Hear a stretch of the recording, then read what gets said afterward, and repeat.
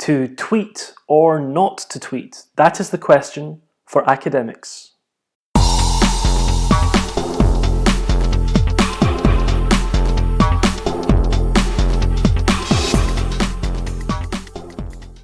Welcome back to That's Academic. I'm Stephen Thomson, and I'm delighted to be joined by my guest in this episode, who is Dr. Patrick Iber. He is an associate professor of history at the University of Wisconsin, and he has written in the past about the question of whether and to what extent academics should be making use of Twitter. Is it a good idea? Is it a bad idea? How do the pros and cons weigh and balance against each other? Now, I'm interested to speak to Dr. Iber because he is an active Twitter user. At the last count, he had over 13,000 followers. He is an academic, of course. I'm also an academic, but I have never been on Twitter and I have no intentions of going on Twitter. So it's interesting for the two of us to come together and to discuss this question. And perhaps in a way that does not happen very often on Twitter, our discussion, our conversation is quite nuanced, and even Dr. Iber recognises that there are pros and also cons. So let's get straight to this week's discussion. Patrick, thank you so much for speaking to me today. Happy to be here. Looking forward to the conversation. Now, Patrick, you are quite an established user of Twitter. You have over 13,000 followers, because I checked just before we started this. So that suggests to me, and we'll look at the cons later, but that suggests to me that you think there are benefits or advantages to be had as an academic user of Twitter. Would I be right in saying that? And if so, what has made you such a prolific user of Twitter as an academic? Okay. Is it 13,000? Well, I didn't know quite what that number was. I trust you on it. I think that puts me in the middle ranks of academic Twitter users. As far as I know, at least in my subfield of history, the person with the most followers is Kevin Cruz, and he has about 500,000, 500,000 followers, and you can find him in regular conversations with celebrities and people like that have escaped my grasp, which is fine with me. But it's true. I've been on Twitter for about 10 years and use it regularly, almost daily, and feel that I've gotten a great deal out of the use of the platform over that period of time. There are also days when I wake up and think about deleting the account for reasons that we can perhaps get into over the course of the conversation. And there are things that stop me from doing that. Of course, you can always leave the account inactive for a while if you don't want to use it. So there's no obligation. But the questions about the platform that can't be avoided. I do think there are some real benefits that I have managed to access over the years, but there are some real disadvantages and costs to using Twitter for academics also. And one is always thinking about the balance between the two. So if you were going to give me a few of the main pros or advantages that you think Twitter usage has for academics, what might those be? Okay. I think the principal advantages are that it is fairly horizontal in its treatment of hierarchy. So, in academia, we have fairly rigid structures with ranks and hierarchy, but on Twitter, everyone's just on Twitter, everyone's on the internet, and so it can collapse some of the distinctions between a graduate student, an assistant professor, an associate professor, a full professor. Those things don't matter too much. I know graduate students with significant followings. They're established professors with significant followings, and I mean that in a way, even describing that way suggests that the point of Twitter is to accumulate followers. But I actually don't think that is the purpose of Twitter. It's not a video game where you get more follower points when you do good tweets. Although there's undoubtedly the same sort of dopamine structure is probably at play in rewarding participation in that way. But I think the point for an academic is to be able to facilitate being able to participate in certain kinds of conversations. Those are conversations that can happen between other academics. But I think really the principal advantage of Twitter is that it has been the preferred social media platform of journalists for longer than I've been on the platform, and it remains that to this day. So if you're somebody, and there are, this applies to almost everybody, regardless of what your area of academic specialty is. People have things that they want to be able to say and want to be able to communicate to the broader public. And Twitter is probably the place to go in order to connect with the people who would be interested in that kind of conversation. You can talk not just to other academics, but to journalists who are interested, in my case, in history, but could be in political science or economics or whatever field in the social sciences or the sciences for that matter. Whatever the field is, you can try to find the people who are interested and sustain a conversation with them that will enrich their work and maybe enrich your work as well, giving you opportunities to comment on issues of public concern when the moment arises. I think that's the main advantage as far as have experienced it over the years. That's interesting. So the conversation, as you say, can go two ways. So there are two main types of groups perhaps that you can converse and engage with. One would be other specialists of some description. They might be other academics, they could be policymakers, perhaps journalists. Also, there is the general public. Of course, that's a very general term to use. Right. How do you kind of segregate those, or do you segregate those? Because the other aspect of this, obviously there's a direct message function as well, but much of the conversation is going to be public and publicly available and visible. Do you find that, so there are two parts to my question. One is the segregation part, because obviously, especially in certain topics, the general public might not perhaps engage in the same way or engage in a wholly sensible way. Certainly especially certain Twitter users are quite extreme on certain issues, quite fanatical about certain issues. How do you kind of keep those out of the sensible conversation? And then what about the public nature of the conversation which is taking place? Right. So, I think most conversations pass mostly unnoticed on Twitter, right? That you're having a conversation with a few friends. That's often what it feels like when you log in. Now, it is an odd setup that as you're sitting there having a conversation among a few friends, talking about, you could be having a conversation about historiography, or you could be having a conversation where you're having a discussion about a particular book or an approach or something, anything that interests you and a small number of other people that you've been able to connect to through Twitter.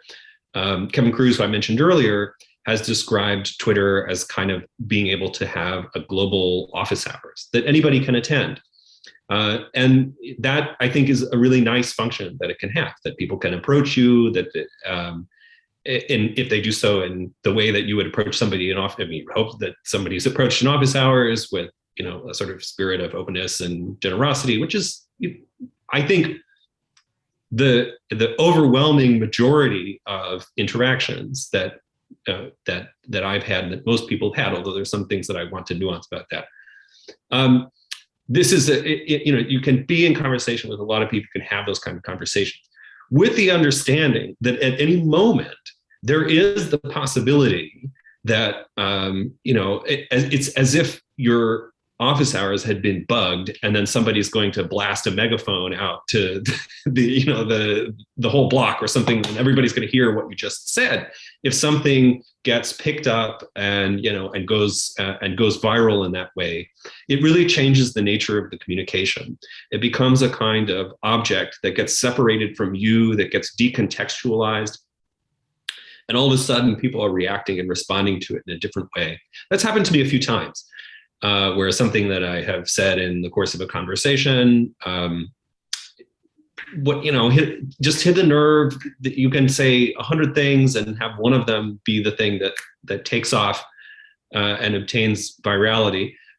It has happened for things that people were in strong agreement with, and I've also gone viral a couple of times as a kind of like target of opprobrium of something, things that people were in strong disagreement about.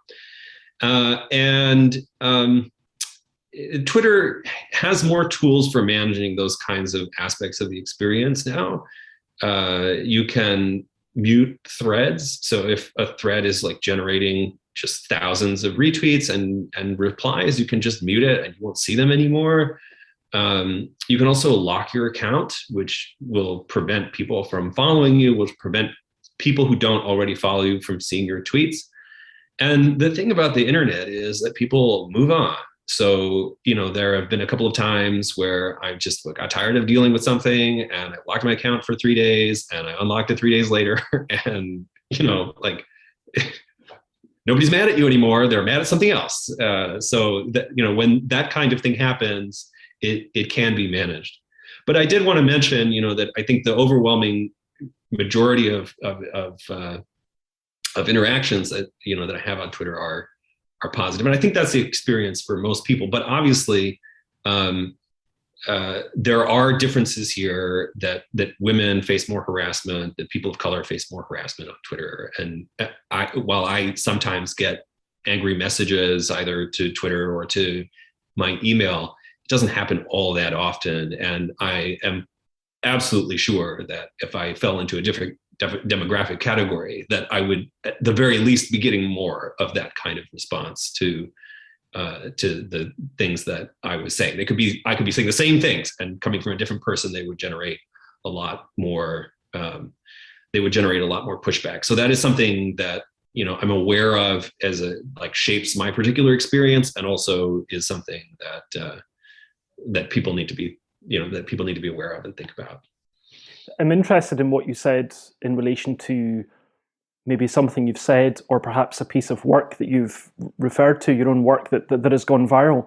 And what sprung to mind there was that can happen even if you're not on Twitter. So I'm not on Twitter, and I had one piece of work which I had done about the pandemic early on, and I don't know if this is a lot or not, but it seemed a lot to me. There were 41,000 tweets about that within the first few months, right? And yeah. Yep. What you say about decontextualization. Now, I could have caved in. I mean, because I'm not on Twitter doesn't mean I never look at Twitter. I don't do that regularly. Sure. But when people started saying to me, hey, this paper you wrote is getting a lot of traction, of course I looked in to see what are people saying about this. And it was odd then to be a bystander to that, to look in and see what people were saying about it. It was being used for all manner of arguments, some sensible, some far from sensible. And I could have succumbed and just joined, but I thought I'm just not going to do that. So I suppose the internet will be the internet. Even if one is not on these platforms, one can still be subject to what happens on these platforms, right? Yeah, right. Yeah, that's right. No, sorry. I mean, I think when something goes viral, it really, just having gone through it in real time, my experience with it, my impression of it, is that the thing that goes viral becomes its own object. It becomes disconnected from you as the author. There's a kind of like real transmutation, sort of death of the author that is occurring in from one moment to another moment. And so I think that just thinking about it that way and recognizing that that's what is happening can sometimes be helpful in managing these motions. Because if people, if it becomes popular, then it will attract both. It's probably hitting some kind of nerve in society that people feel strongly about. And then there will be people who feel strongly both in favor and against. And you'll be getting, I don't know, thousands of people that are forming an impression of you that you think is incorrect, or that are misrepresenting your argument, or whatever the case may be. And you just cannot possibly respond to all of them. Say, no, like, oh, this is actually what I think. And like, this is not enough nuance. And, like, I didn't have enough characters. And you can't chase that.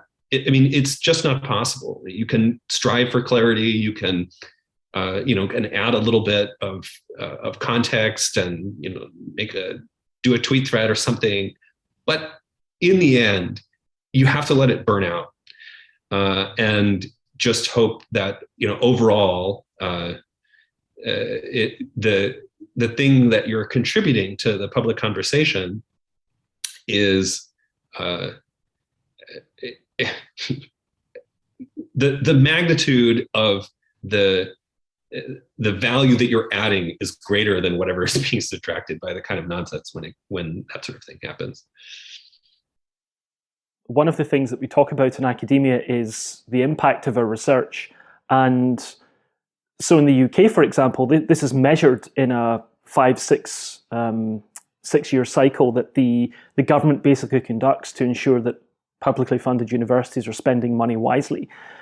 Obviously, impact is measured in different ways in different disciplines. So in my discipline, law, for example, probably the highest esteem that a piece of work can have is being cited by a court, because that doesn't happen very often. And there are obviously field-specific ways in which you can do that. One of the concerns that I have, especially as a non-user of Twitter, where I have even less control over how my work might be put out there or might be discussed, one of my concerns is that research impact is going to be measured or influenced by something like number of retweets or number of likes or something like this.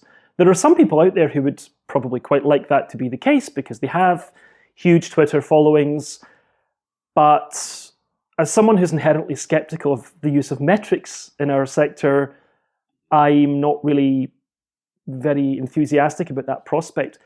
Even although you're on Twitter, and it sounds like you're on Twitter for the right reasons as far as I can gather, is that something that's crossed your mind? Do you think there's a risk that we might go down this route of saying, well, look how much traction this has on Twitter, and that somehow translates into impact as far as research is concerned? Yeah, I share that concern. I think that's a completely valid and reasonable concern to have. You got in touch with me because I wrote a piece 5 years ago on I don't know, like a sort of guide to academic Twitter and using Twitter for academics. So I went back and looked at it this morning, and there I was really connecting the adoption of Twitter to the job market crisis that has been ongoing since the financial crisis, and of course it's been bad in years past also. But it took a dive and hasn't really recovered in a substantial way, at least in the field that I'm closest to.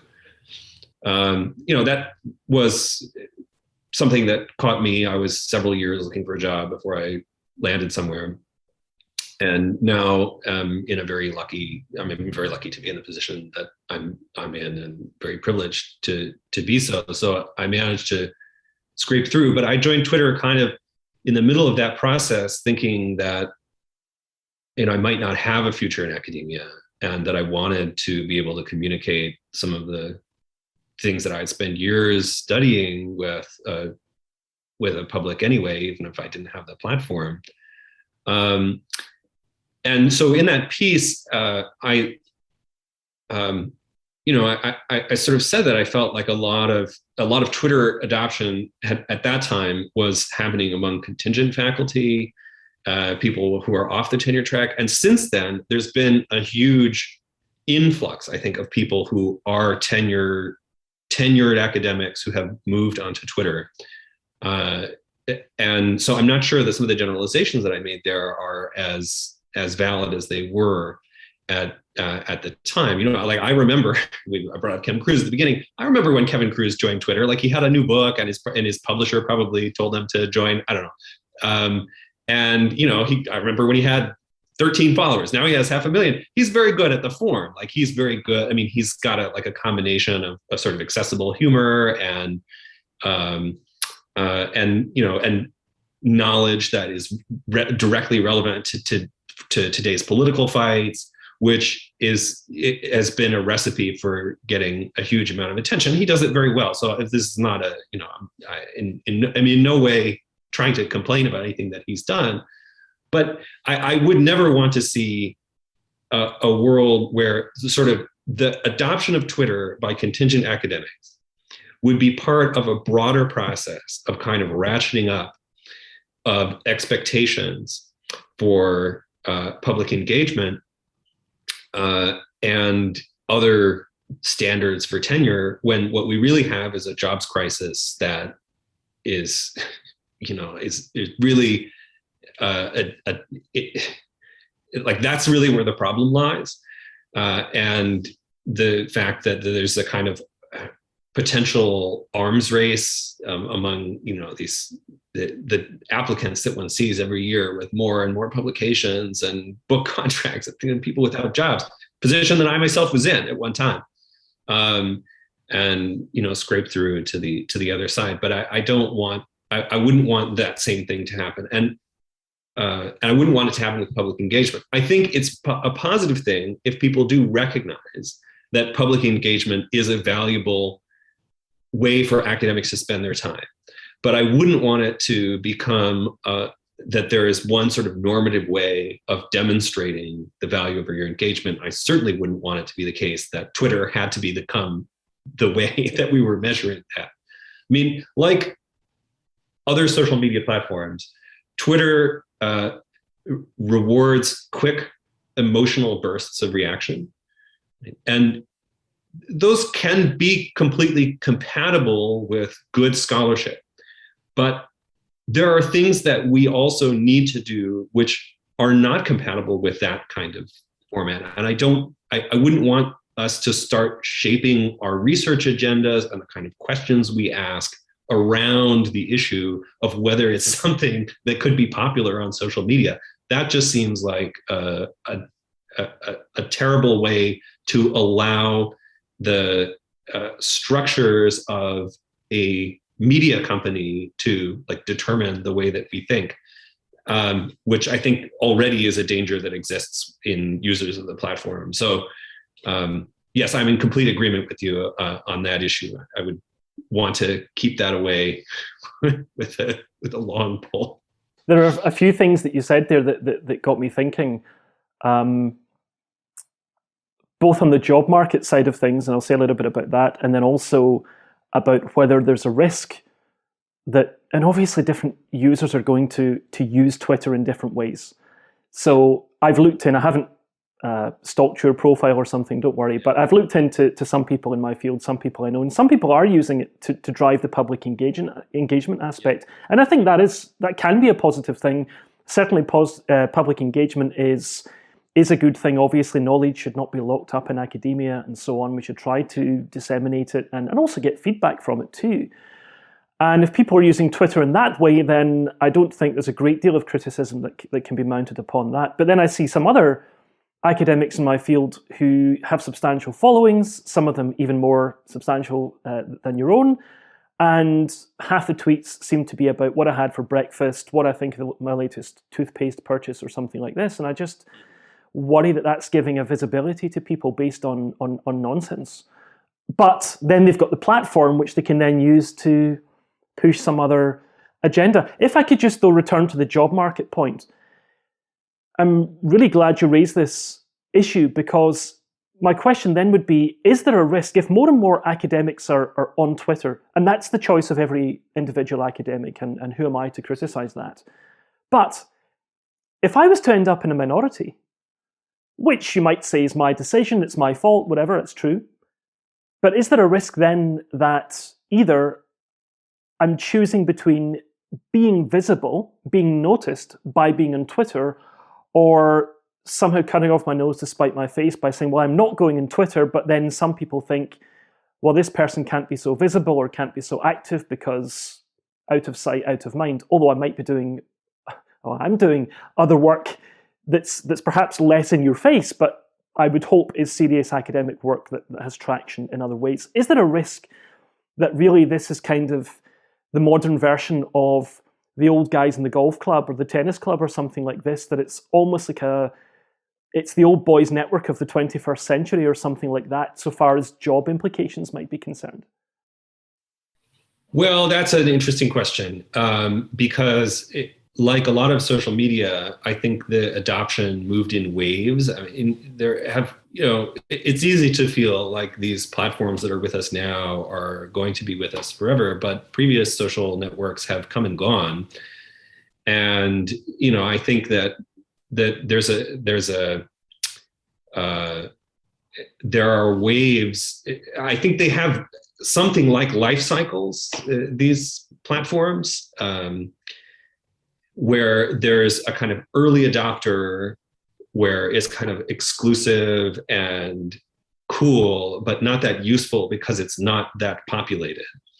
And then you get a mass adoption and you have a kind of middle period where people are finding what new connections and new opportunities for communication, and sort of working through what the platform can offer.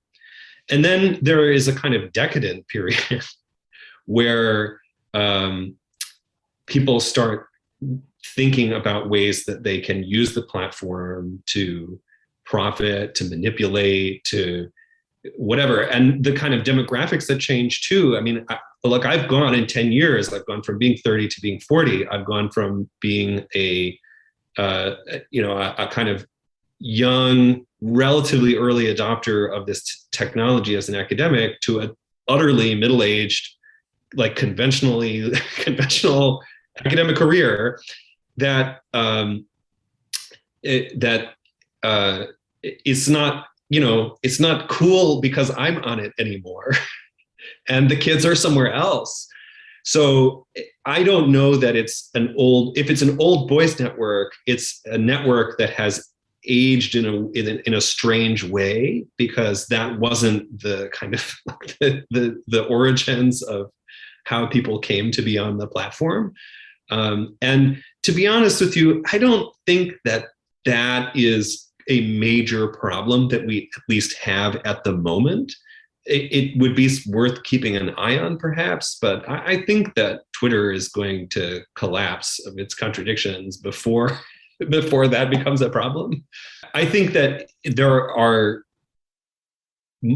multiple ways to demonstrate public engagement, and I do think that for me personally, Twitter was extremely helpful in making it possible for me to do these kinds of things, because things that I would put on Twitter would be noticed by editors, which has gotten me to the point where now I write regularly for magazines about issues in history and politics.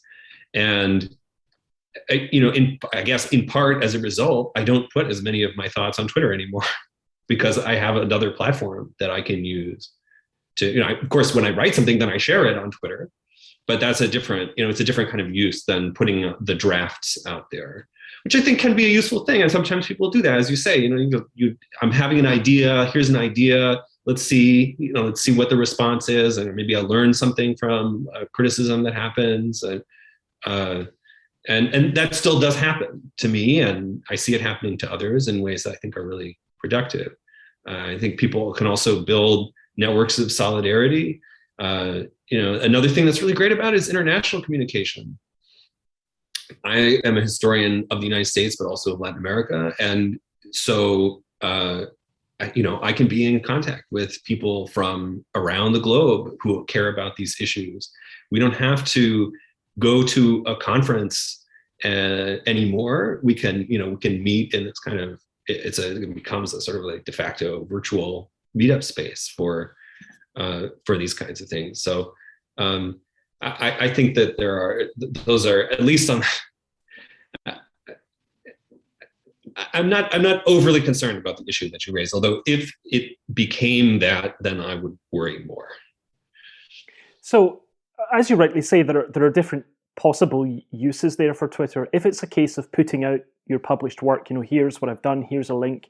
Yeah. Again, I can't see anything wrong with that. It's just disseminating your work. And as a good point you raise is perhaps putting out a draft of your work. So I know that in, I think, medicine and the biological sciences and so on, it's common to have preprints, right, which are uploaded. Econ too. Right, so you get a kind of, it's almost like crowdsourcing, a crowdsourced peer review kind of thing, whereas in my field, that's not the done thing, and many journals actually would not even accept your manuscript if it had already been made public. So that's a barrier there. Again, I cannot see anything wrong with that. If anything, that's a good thing.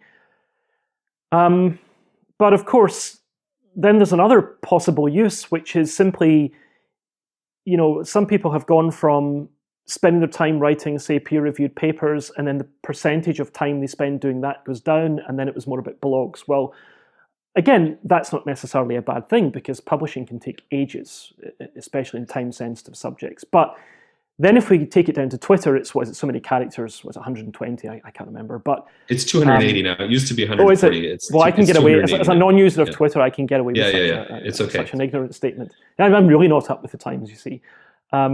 But what can you really say or do in that number of characters that is of academic value, unless it's linking to something else?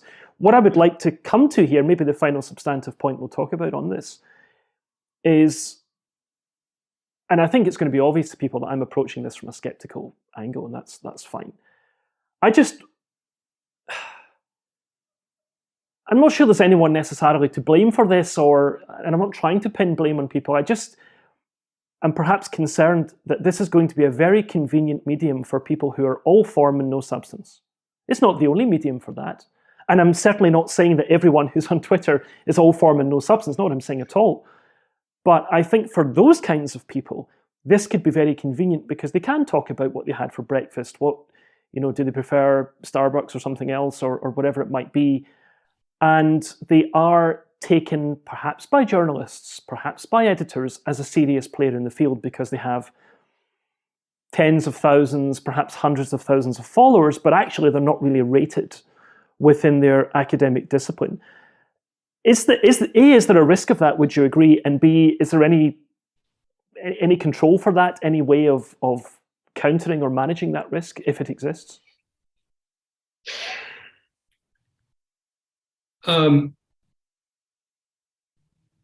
Yes. This is on a couple of different levels. There are things to discuss in what you have just said.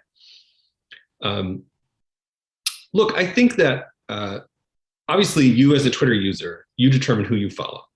And so you can curate and kind of have the experience that you want from the platform by choosing the people that you follow. And as you say, people use it very differently.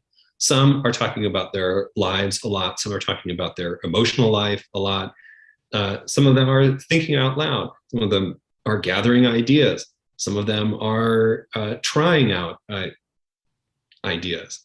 And I think that one thing that is positive, to put a more positive spin on what you've described, it does make it clear to people that these are human beings producing works of scholarship, and that it is humanizing for a lot of people, I think, to be able to connect to the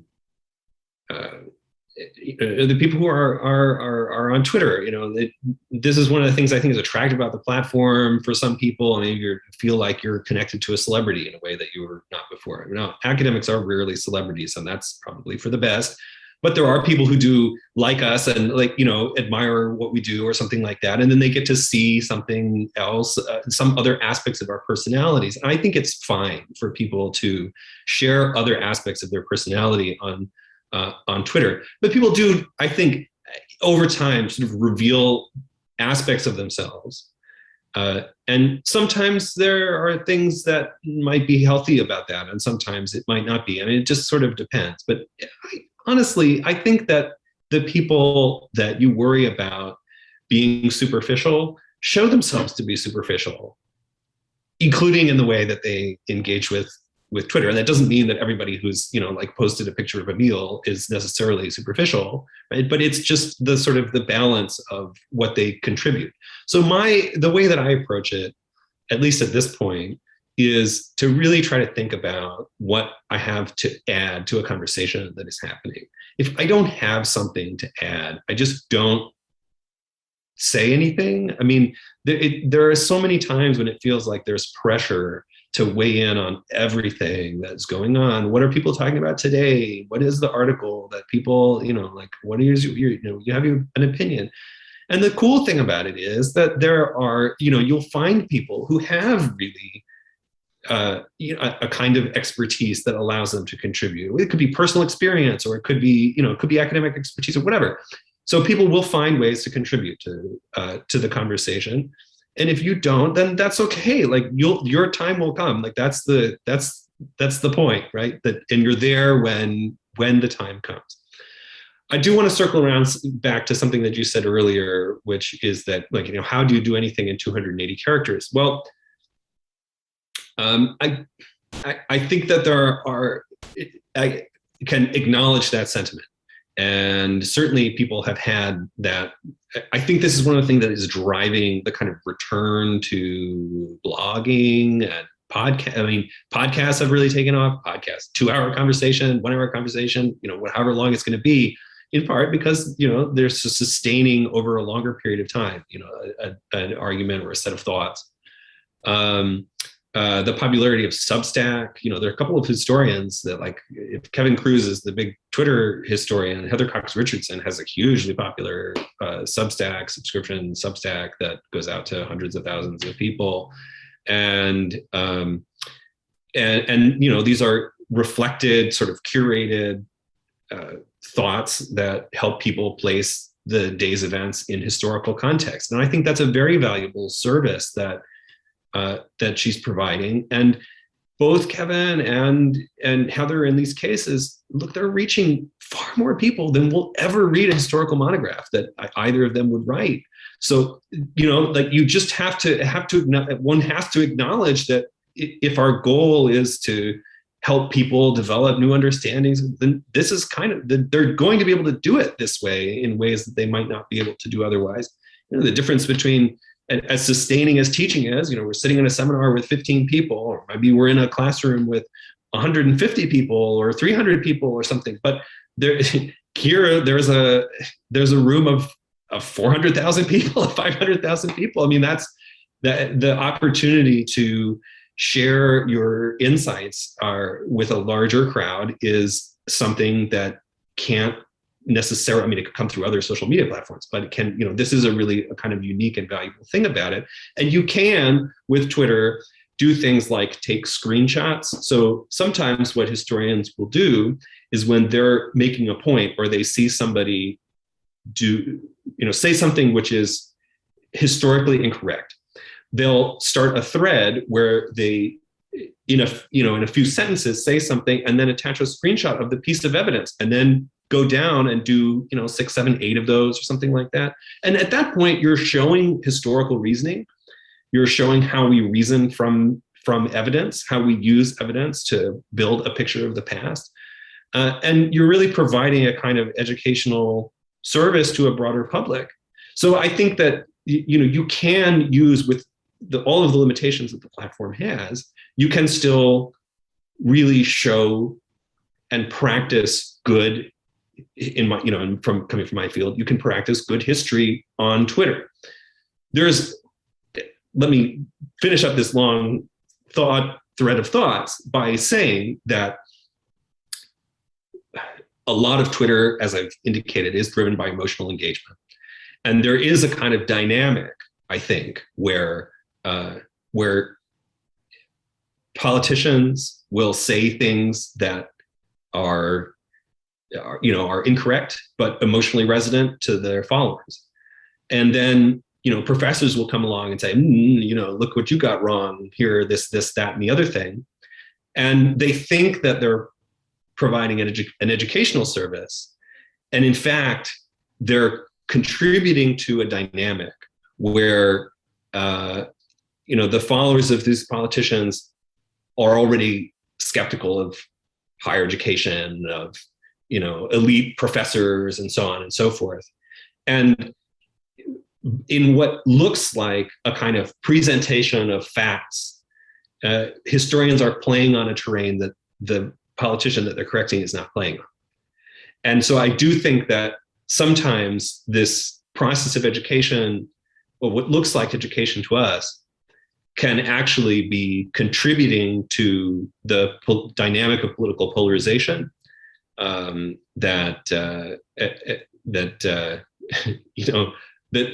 we think we're the smart ones in the room, and the politicians probably know exactly what they're doing in ways that that we might not have always recognized. And so I think you have to be really careful not to play into those dynamics at a moment when a kind of anti-intellectualism has become a potent political force. Obviously not for the first time, but and one that is fueled by the dynamics of social media. When I have my doubts about the platform, that is where those are where my greatest concerns come from. There's so much in that. And again, when you get to the closing stages of, I say interview, it's a discussion, and then you get more questions than when you started, that's a sign there's a lot to talk about. It's been a really engaging discussion. Something just came back to mind which amused me, which was that piece that I referred to earlier, which got 41,000 tweets or likes, whatever it was that it got. And it was published in a journal, an Oxford University Press journal, and then there were all these people saying, "Oh, look, Oxford professors say this." I was like, well, I've got no affiliation with Oxford University, nor has my co-author. Really, he has a doctorate from there, but that was the level of inaccuracy with the way some people were picking it up. But that's another issue. Patrick, it's been really interesting talking to you about that, and maybe there's more to talk about another time. But you have been forewarned that I always have this standard question at the end, and I hope I'm not. The more times I ask this question to guests on the channel, I hope I'm not pushing people to into other spaces to try and find something new to say. So if your concern about academia is the same as someone else's who's gone before you, that's absolutely fine. But my question would be, Patrick, if you could change one thing about academia, what would that thing be? There are so many things at the moment, and it's a space that that I've worked for much of my life to be a part of, and I'm happy to be working here, in higher education and in so many ways. I don't want to contribute to sort of simplistic narratives about the nature of higher education either, because the people who go into this field, in my broad experience, are hardworking and care deeply about what they're doing and very conscientious, and mistakes that we make are made because we're human beings and everyone makes mistakes in the process of being alive. I think that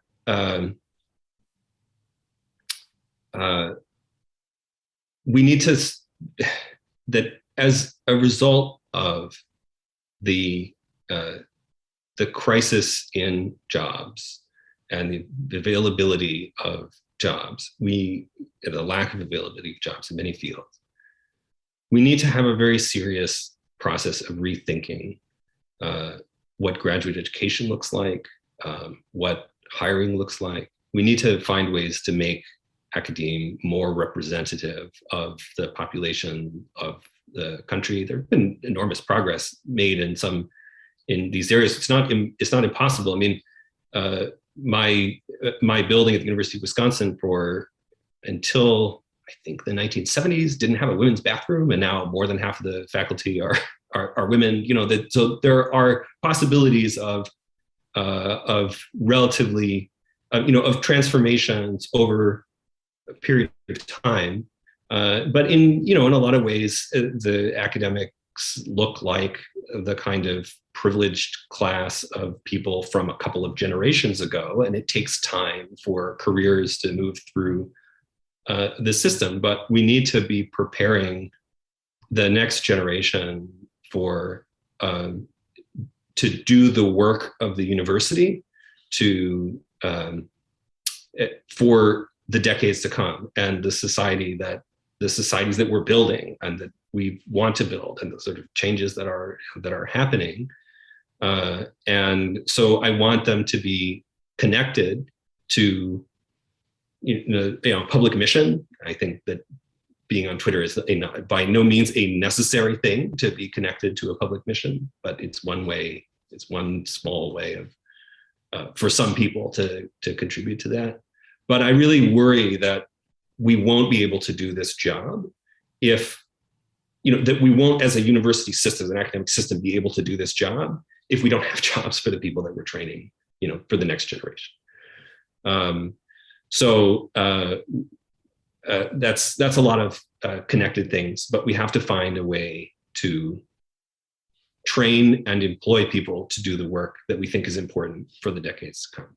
This jobs issue, this is the 10th episode just on this channel, the 11th episode, I think, on this channel that's been recorded, and I think you're the 5th person that I've spoken to, and already the jobs issue has come up in most of these exchanges. Of course, the topic has led in one way or another, but this concern about the mismatch between supply and demand, which just seems to be getting worse, right? It seems to be getting worse. And of course, no one's pretending that there are easy answers or easy solutions, but something that gets me a bit down is that there are still people in the system in positions of responsibility who speak and act in a way which does not acknowledge this.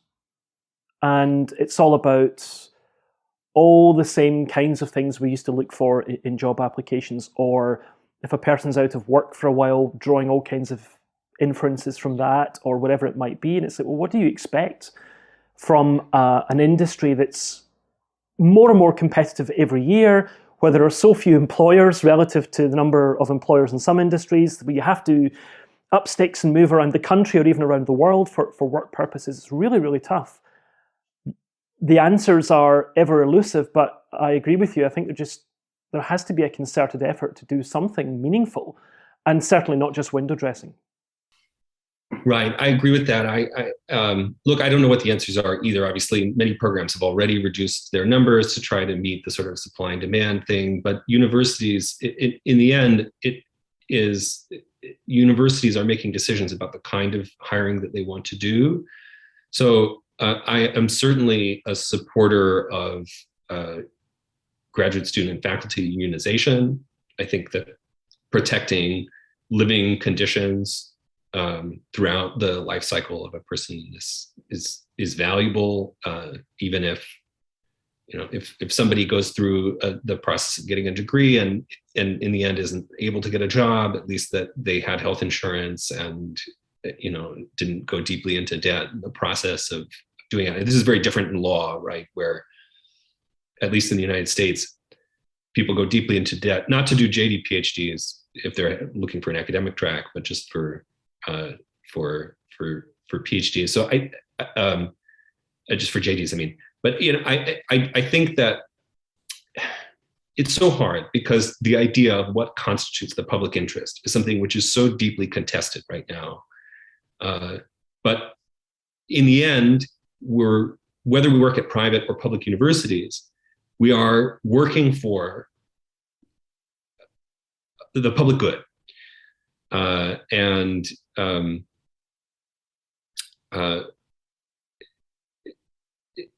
I think that universities are worth investing in for that reason, and that we should continue to strive to be of use to the society of which we're a part.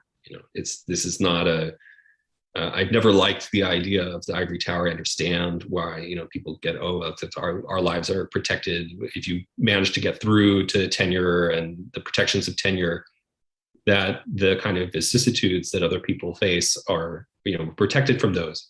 So people need to recognize and understand that.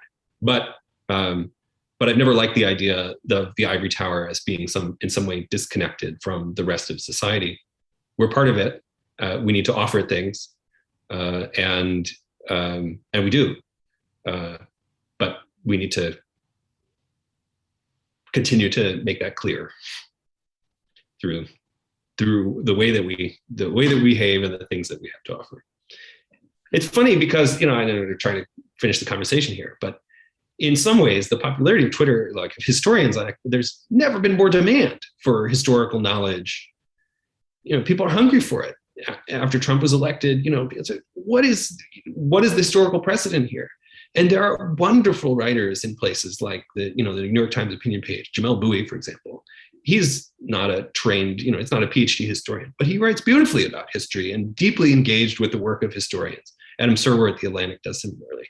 These people are amazing, and they are, helping drive conversations about the past. And people want people in my field of history to be engaged with the public, and we are. We're providing value, that we're doing things that people care about, and yet for the people, for the next generation to be able to do the same thing, it looks harder and harder. One of the problems we have in law as well is that if someone finds out you're a lawyer, they constantly want free legal advice. Even although, I'm not an expert in the law of contesting parking fines or whatever it might be that they're asking. Patrick, it's been fantastic to have you on this, and I've really enjoyed the discussion. The Twitter topic alone could take up, at least double the length of time we spoke to each other for. But I'm so grateful that you spoke to me today. Thanks a lot for that. Really appreciate it. Thanks, Stephen. I really enjoyed it too. It's good to revisit these issues from time to time and make sure that I'm engaging with them thoughtfully. So thanks for having me on. Well, I hope you enjoyed that discussion with Dr. Patrick Iber, Associate Professor of History at the University of Wisconsin. I thought he gave some really great insights and a very balanced account and evaluation of his experience of Twitter as an active Twitter user. And again, I think that it's up to individuals whether they use Twitter, it's up to academics whether they use Twitter, but what I don't want to see is pressure, either direct or indirect pressure, being brought to bear on academics, whether it's by hiring committees, funding bodies, or research councils, these kinds of entities, upon academics to use Twitter. It should be up to the individual. If people find it a valuable exercise, go ahead and use it. If people don't, they should be free not to make use of it. Thanks so much for tuning into this episode. As ever, hit the like button if you thought it was good and useful.